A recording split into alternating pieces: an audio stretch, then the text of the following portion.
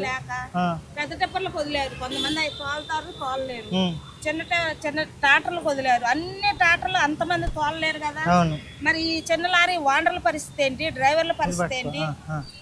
మీకు ఏదన్నా చెయ్యాలి అంటే వాళ్ళకి సాయం చేయండి, వాళ్ళకి ఏదన్నా ఉపయోగం చేయండి, అప్పుడు బాగుంటది. ఈ చిన్న చిన్న ఈ కాసేపు ఆగిపోయే ఈ ఆటోలు, బైక్లు ఇది కాదు. చిన్న లారీ డ్రైవర్లు, ఓనర్లు చాలా ఇబ్బందులు పడుతున్నారు. ఎంతకాలం నుంచి అంటే దగ్గర 2 సంవత్సరాలు అవుతుంది. 2 సంవత్సరాలు అవుతుంది. ఎందువల్ల? కారణం ఏంటి? కిరాయిలు లేవు, ఆ బళ్ళకి తగ్గ కిరాయిలు లేవు. మరి వాళ్ళు ఎలాగా? ఇప్పుడు ఓనర్కి ఒక ఆదాయం ఉంటేనే డ్రైవర్ని పెట్టి ఆ బండి తిప్పడానికి. ఓనర్కి ఆదాయం లేదు, డ్రైవర్ల పరిస్థితి ఏంటి ఇప్పుడు? అది తప్ప వేరే పనులు రానోళ్ళు చాలా మంది ఉన్నారు. లారీ డ్రైవర్లు, హార్ట్ పేషెంట్లు ఉన్నారు. అదే నాకు కొంచెం ఒక రోజు తోలుకుంటారు, ఒక రోజు ఇంట్లో ఉంటారు. వాళ్ళకి సరిపడా పని అది. ఓకే, అంటే ఇబ్బంది పడుతున్నారు. దీనికి ప్రభుత్వం ఏం చేయగలిగింది? ఏం చేయాలంటే చిన్న లారీలకు కూడా సీనరేజీలు తగ్గించి దానికి కూడా రన్నింగ్ పెడితే ఓనర్లకి ఆదాయం ఉంటది, డ్రైవర్లకి ఆదాయం ఉంటది, ఉపాధి ఉంటది. అది వీళ్ళందరూ చిన్న లారీ డ్రైవర్, అంతా లారీ డ్రైవర్లే, అందరూ లారీ డ్రైవర్లే. నువ్వు పొద్దున్నే 7-8 గంటలకు వస్తే సుమారు ఎంతమంది ఇప్పుడు ఖాళీగా ఉన్నారు?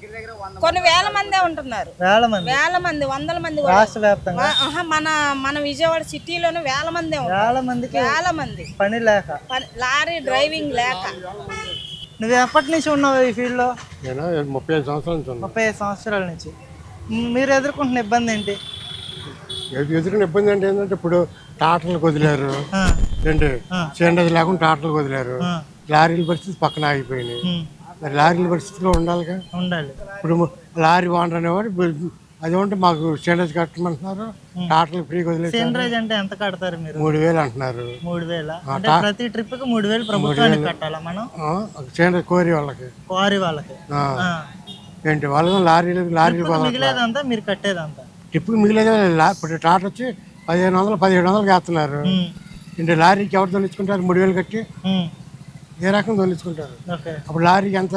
లారీకి వచ్చి ట్రిప్ 1500 ఆయిల్ పడుతుంది, 3000 చేండేజ్ కట్టమంటున్నారు. లారీ డ్రైవర్ జీతం ఎంత?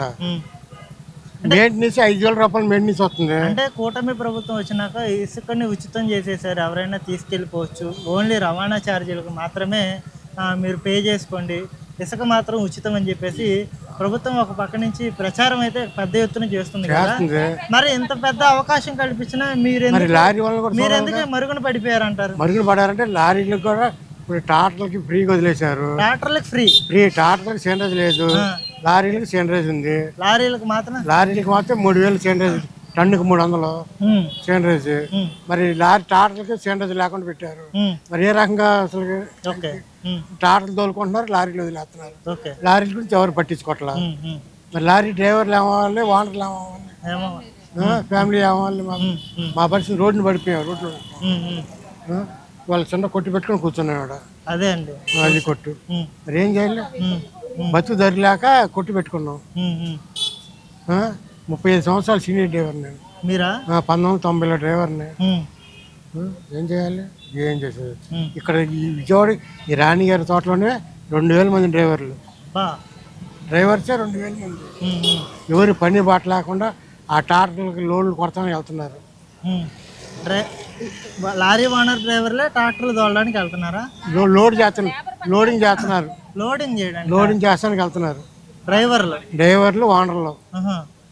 బళ్ళు మొత్తం ఫైనాన్స్లు కప్పు చెప్పేస్తున్నారు. చాలా బండ్లు మన ఫెడరల్ రోడ్ లో ఖాళీగానే ఉన్నాయి, ఎందువల్ల తిరగట్లేదు? ఇదే చెప్పట్లా. నీకు ట్రాక్టర్ ఫ్రీగా వదిలేరు, లారీలకు సెంటరేజ్ పెట్టారు. దాని వల్ల నీకు లారీలు మీకు కూడా సెంటరేజ్ ఎత్తేస్తే ఫుల్ డిమాండ్ పెరిగిద్ది అంటారా? లేదంటే ఇప్పుడు మాకు కూడా సెంటరేజ్ ఎత్తేయాలి. లేదంటే ట్రాక్టర్కు లారీలు పెట్టి ట్రాక్టర్ కూడా సెంటరేజ్ పెట్టమనండి. ఇప్పుడు అవి ఆపమని మేము అంటలా. ఇప్పుడు పెడితే వీటికి కూడా సెంటరేజ్ తీసేయండి, లేదంటే వాటికి కూడా సెంటరేజ్ పెట్టండి. అందరూ బతకాలి కదా. ఇప్పుడు కొంతమంది బతుకుతున్నారు, కొంతమంది పస్తులు ఉంటున్నారు, తిని ఉంటున్నారు, తినకుంటున్నారు.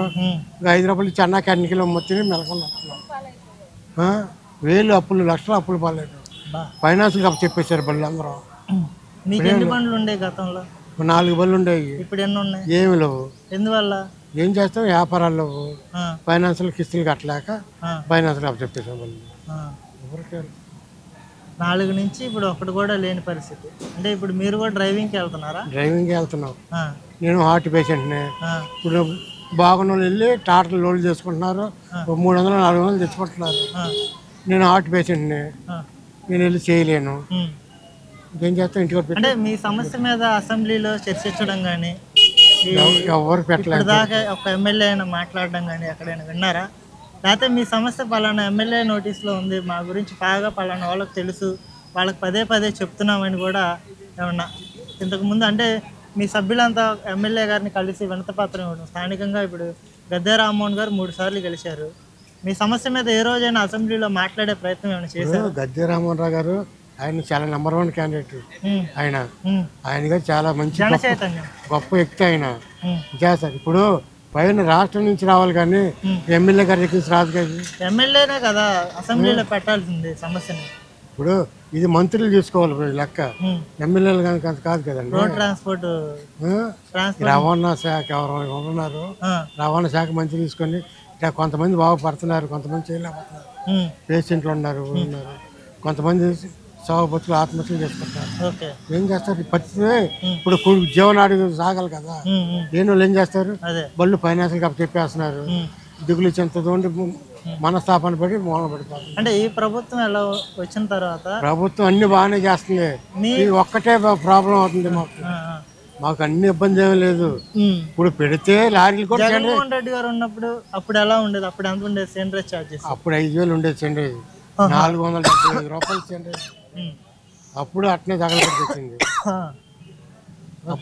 అప్పుడు ఎంతకన్నా ఇంకా దారుణంగా ఉండేది. ఇప్పుడు అది అట్నే ఉంది, ఇప్పుడు ఇది అట్నే ఉంది.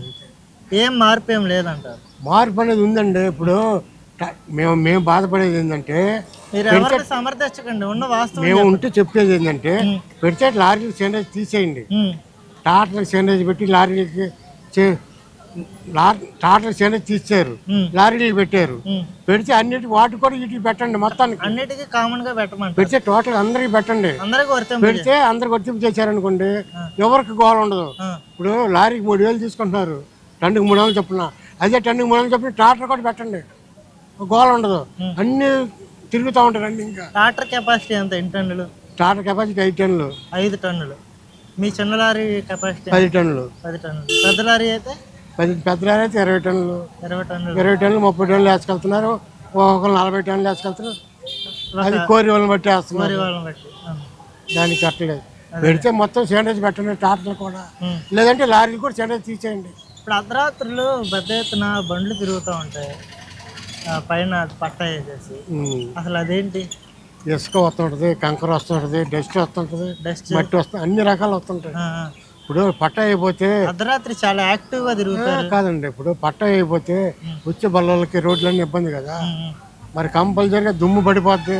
వచ్చే వాహనాలకు కానీ ఎదురొచ్చే బళ్ళకి వాటికి అందరికి ఇబ్బంది కదా. ఏ లోడ్ వేసుకున్నా పట్టా కంపల్సరీగా వేయాలి, అది రూల్స్. అది రూల్స్ పాటించాలి.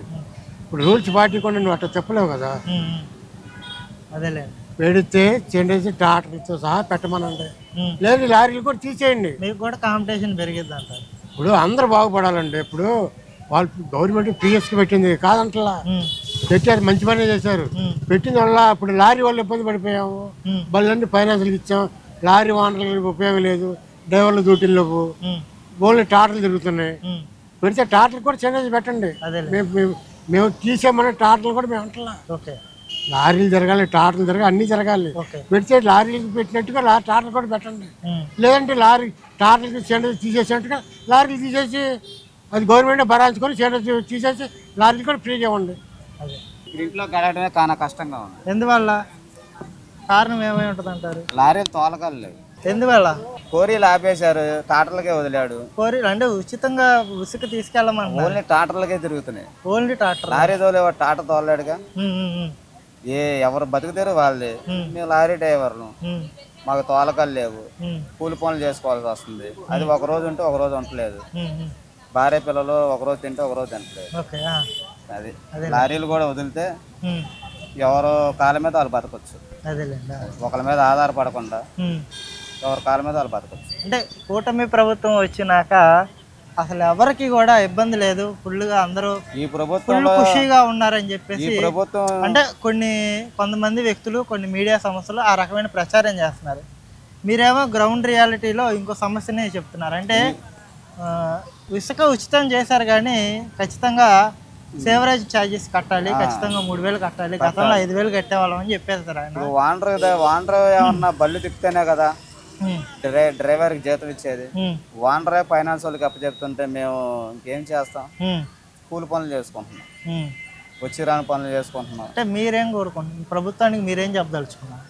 ముఖ్యమంత్రి గారు ప్రభుత్వం వచ్చిన కాంచి అంతా బాగానే ఉంది, కానీ ఈ లారీ డ్రైవర్ల పరిస్థితి కూడా అర్థం చేసుకోవాలని చెప్తున్నాను అంతే. అంతే.